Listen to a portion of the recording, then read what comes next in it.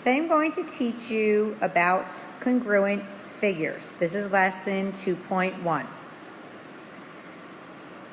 Congruent figures, they have the same size and the same shape.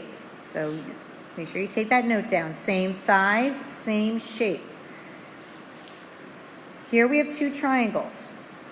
Okay, the matching angles are called corresponding angles. So see how angle B matches with angle E? And then we have corresponding sides. So this side matches with this side on the other triangle. So that's what makes it congruent. Same size, same shape. Okay, in this example here, they're telling us the figures are congruent. Same size, same shape. We need to name the corresponding angles. Okay, so I'm going to write angles. And we're going to write the angle symbol. So angle A is congruent, that's a congruent symbol, to angle W. You need to put all of these little symbols in there. Angle B is congruent to angle X.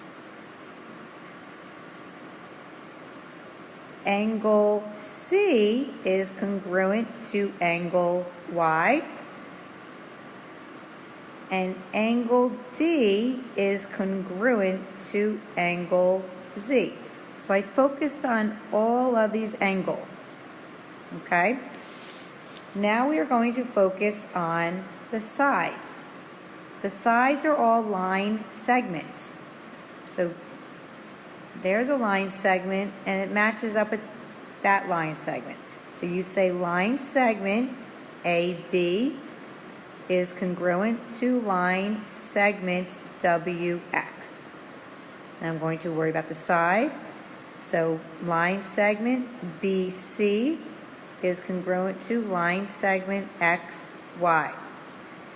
The bottom line segment DC is congruent to line segment ZY. And then line segment AD is congruent to line segment WZ. Sorry I had to write that like that, but I ran out of space. Identifying congruent figures. Two figures are congruent when the corresponding angles and the corresponding sides are congruent. So the way we tell is by looking at the tick marks. So see how line segment AB and line segment ED have one tick mark on the side right here? Okay, that shows that they are congruent. Then we have BC has two tick marks and EF has two tick marks, so those two are congruent. And then AC has three tick marks and DF has three tick marks. So that's looking at the sides. Now look at the angles. See how B has one tick mark on the inside? B is corresponding to E. Then C has two tick marks. So does F. So they are congruent. And then A has three tick marks and so does D. So those two are congruent. So you would say triangle A, B, C is congruent to triangle D, E, F. Okay, they're telling us trapezoids ABCD and JKLM are congruent. So what is the length of JM? So we have to find the corresponding side. Oh, so JM is corresponding to AD, so that has to be 10 feet.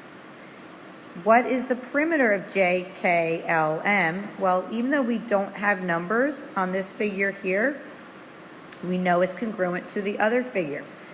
So we have 10 plus 8 plus 8 plus 6. So we're just adding up. Perimeter means the outside. If we're putting up a fence around our house, we would find the perimeter. So our answer, 10 plus 8 plus 8, that's 26. 26 and 16 would be 32 feet would be the perimeter. I hope this video helped you understand about congruent figures. Have a great day.